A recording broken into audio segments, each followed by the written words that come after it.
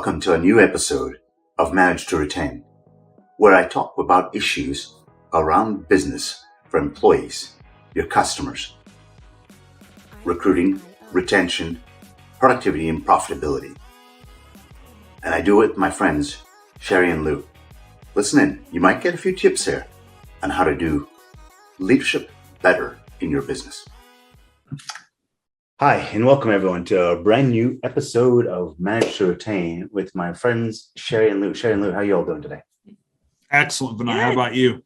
I'm doing good. So anybody who hasn't joined us before, let me tell you a little bit about what this is, why we put this episode and this discussion together. So my name is Vinay Raman. I run a company called Carmo, and I have found for the longest time that we're surrounded by data. Lots and lots and lots of data. And everyone talks about the power of data. But if you don't know how the story plays out or what story you want to have happen in your company as a leader, it doesn't matter how much data you have because you can't get the data and the story or narrative to fit together. Mm-hmm. As a company, what we do is we turn data into visuals because visuals, pictures tell you in an instant what is happening. So that's the visualization side. I take the data. But you still need to be able to change the culture and change how you talk as a leader, how you communicate with the people. And that's why I've got Sherri and Lou. Sherri and Lou, you want to tell everyone a little bit about what you all do? Absolutely. Yeah. Well, Sherri and I we are the owners of the Lou Everett Group. We are made up of roughly 15 employees, contractors that support middle to large scale businesses when it comes down to leadership development, corporate training on the executive level. And we kind of start with kind of what we're talking about here. And we identify using someone like you and your company, Vinay, getting that data and identifying, hey, where really can we target strategically to be able now to upskill, up level, and really get you where you are now to where you intend to be, and making sure that your messaging is done in such a way that actually drives that direction. So I think today what I'd like to focus in on is this idea of, I want to talk about a couple of emotions here. Frustration, anger, disappointment, overwhelm, stress. I feel like those are words you can associate with being a leader today. And the reason why is because there's so much coming at you so fast, nonstop all the time. I mean, you got your phone dinging, you got Slack, you got Gmail, you got the phone, the landline phones, if they're still landline phones, right? You got customers yelling and complaining on websites, putting Yelp reviews. It's just coming in from all sides. And it's more difficult than ever to potentially separate the wheat from the chaff. And that's what I think leads to a lot of that frustration, anger, resentment, overwhelm, stress. Would you say that's a fair statement? Yeah. Oh, yeah. It just gets faster and faster. Yeah. And it can be very chaotic. And we're going to talk a little bit about that. And realistically, and we talk about this frequently, where, and as a leader, we've opted in. We've accepted the role. We've opted in. We've taken the responsibility of leading people without sometimes really being fully aware of what that even means. Like, what is that? We don't feel the impact of that until a little bit later sometimes. But once we're in that moment, we realize the discomfort. And when that discomfort begins, it's time for us now to reevaluate. And that's really the struggle is doing that reevaluation, identifying where to begin, how to look at it strategically, how to pull back the weeds a little bit and identify where we need to focus on. And this is the value of these types of conversations. So here's what I want to do. I feel like I want to put a little disclaimer, like the following images, graphic images may not be appropriate for some viewers. and I'm not going to show you, people dying or anything like that. I'm actually just going to show you graphs. And these graphs will show you for one particular organization how much data is coming in the door. I'm going to start with something more simple, and then we're going to show you something much more complex.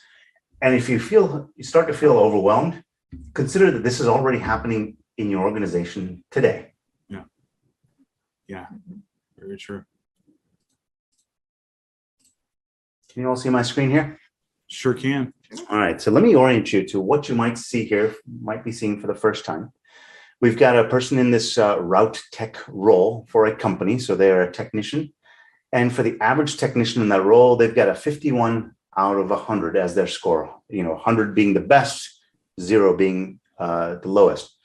And that's based on some if you can see here, the set of KPIs. So all the KPIs associated with their production as an employer, as a technician.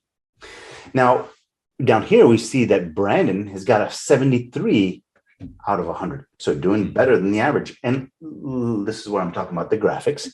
You can see right here, this light blue that shows you how Brandon is performing.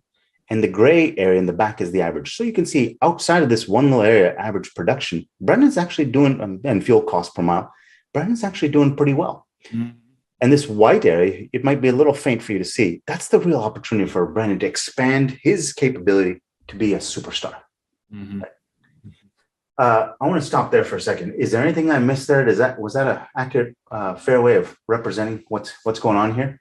I would say so. I mean, it's your data, Vinay. So you're the data guy, and so but it's very true. Yes, you did well with that. I think that it's and you laid it out very nicely for everyone to understand that if we are not looking even with this graph, even though it looks like a lot, it's actually simple data when you really itemize it down. With this kind of information, there's so much power behind this. And that's really the takeaway here, that there's a lot that you can glean from not just what Brandon's doing, but what changes can be made to actually change the overall route tech score in this case. There's a lot here. Now, and production is just one element of what that technician does, right? So we can kind of see, and if you can take the time to understand what these KPIs are, the fact of the matter is that within your company, whatever type of company you have KPIs, and those names will be replaced by those KPIs here, right? Mm-hmm. This means something to that particular company, that particular industry. KPIs will be replaced with yours. I'll show you another screen here that shows how much data this company has from all the different dimensions.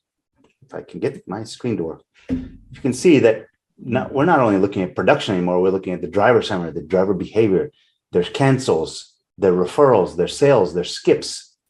And you can start to see when we start adding much, much more dimension, Brandon was really good on that production value, but you can start to see he's dropped to just average now. Yes. Yeah. Right?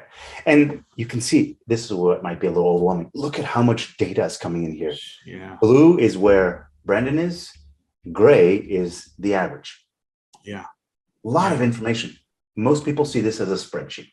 A massive, in this case, 7 different spreadsheets. It's a good point, because I know that this speaks to the listeners right now, to the majority, if not all your listeners, is that you are guaranteed that you are wrapped up and trapped in spreadsheet hell. Let's just be realistic, right? Google Sheets, spreadsheets, you name it, you're going in.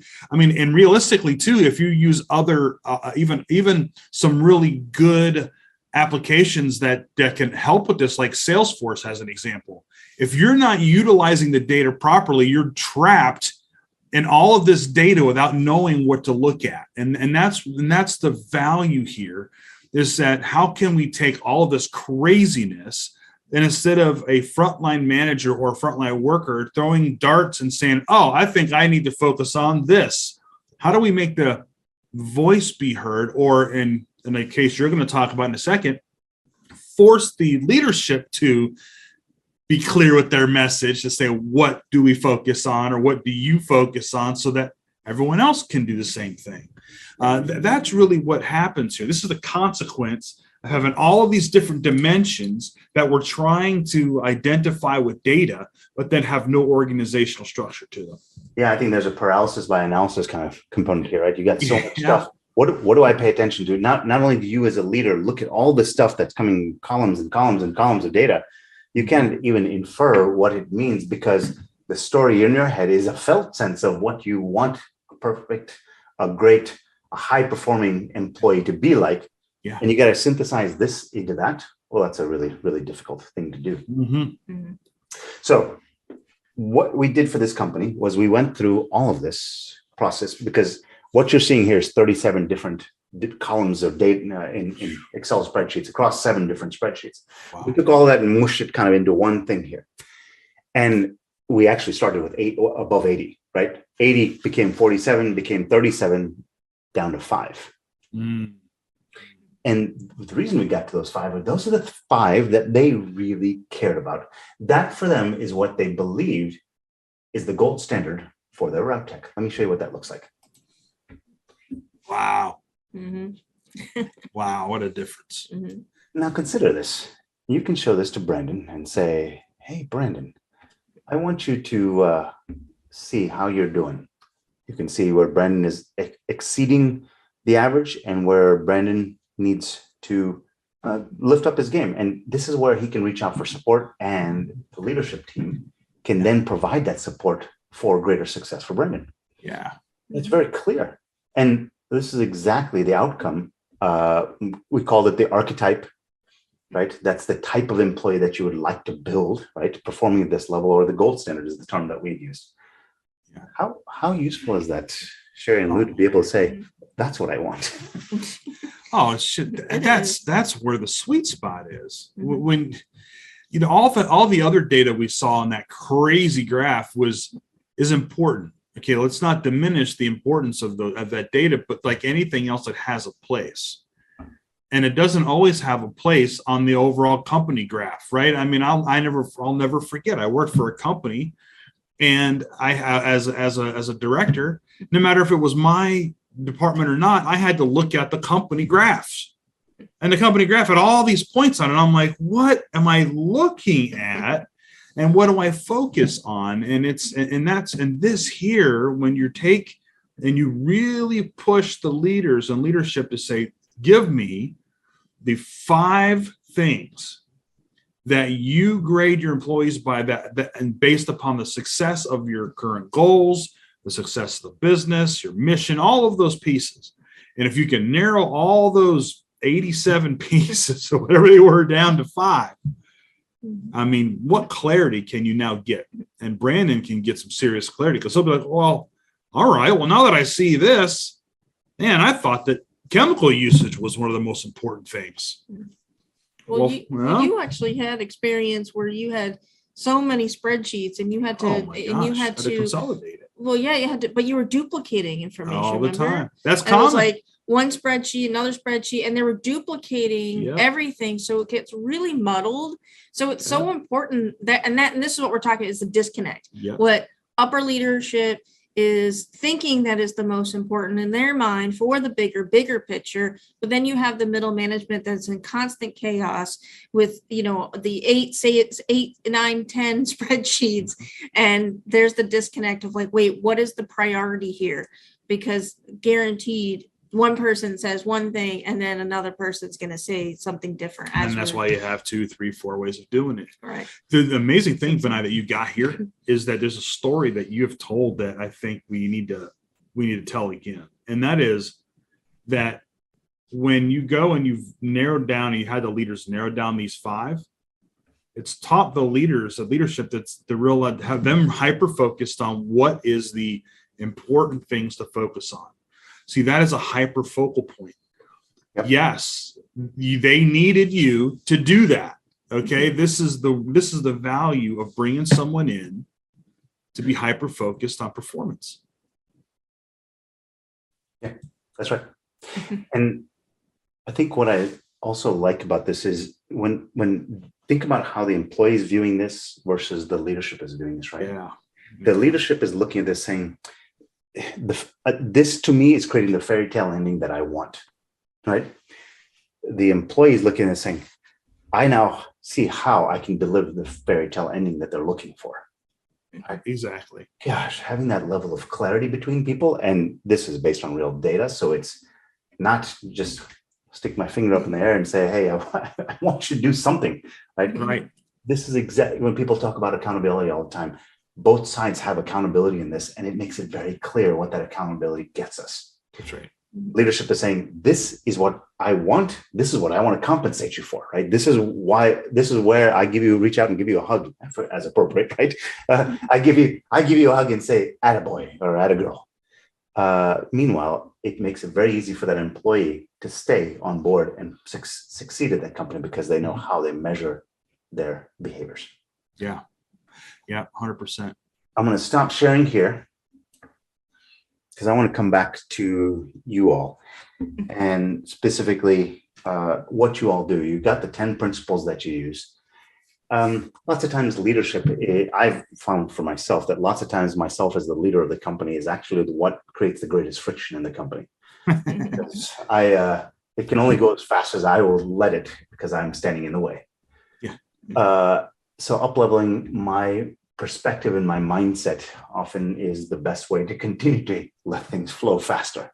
Agreed. You all have 10 principles that you use. Can you talk about those 10 principles? Maybe the one or two that might be the takeaway for leadership here?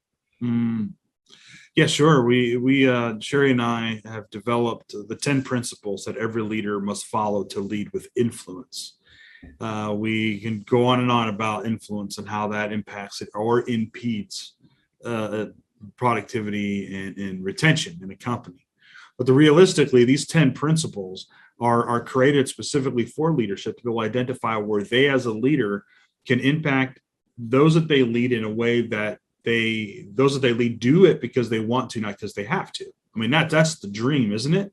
You walk in and you're at the hour in the office or remote, and you're like, wow, all this stuff is just being done.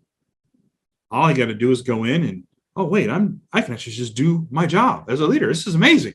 Like that is the sweet spot that we all want to be in. And instead of pushing the plow, let the plow get pulled. Ideally, if we can influence them. And so that's what these 10 principles are. I think the power principle really relates here. The power principle talks about us as a leader, that our thoughts define our actions. Right? That's really what it is. What we think, we become. We ever get a leader who is not a leader, is more of a boss, more of a dictator? Well, that's what they think. So what I'm hearing is by seeing this graph, they're able to define sort of that felt sense or that vision or that ideal of what they're trying to get to that is perfect for the company at that time, right? And that could change over time. That's right. But right here, if we can achieve, if this is we can all reach out to that brass ring. That's the win for us. Let me show you where that brass ring is and what it looks like, employee, so that now you know how to get there yourself. And you run as hard and as fast as you want, because I want you to grab as many of those as you want, because you look good to me every time you do it, right? Agreed, 100%. And that's what it's all about. The power principle is about that. Examining how we influence, examining a way to help train and get our employees on board in a way that's going to see that bigger picture. You know, that simple breath is just so powerful.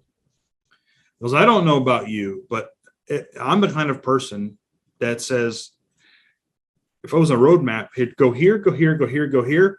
I want it simple, straight to the point, knowing that I'm here and I got to get there and how to do it. Because I'll do it. I'll make it happen. And this is the thing. Majority of people are like that. We have to get out of the mentality as leaders that majority of people have to be forced to do that. They don't. If we make it in a way that they can do that, then they're going to the majority of the time. So we got to use our influence in a way that creates that power. What's really funny is most entrepreneurs, most leaders, the reason they got to the role that they're in is because they're fantastic at executing just like that, right? Step one, step two, step three, I do it. And then I kind of start moving up the ladder. Yeah. So for all those who listen in, I hope you got something out of this. The idea of creating the golden standard for your company, for a person in a role, create so much clarity, not only for yourself and achievement of those goals, but also for your staff and your people in helping you realize those goals. So thank you for listening in. Love to see if you have any questions, comments, thoughts. I'd be more than happy to connect you with Sherri and Lou or help you if I can. But Sherri and Lou, as always, thank you so much for spending some time with me. You got it. Thanks, Vinay.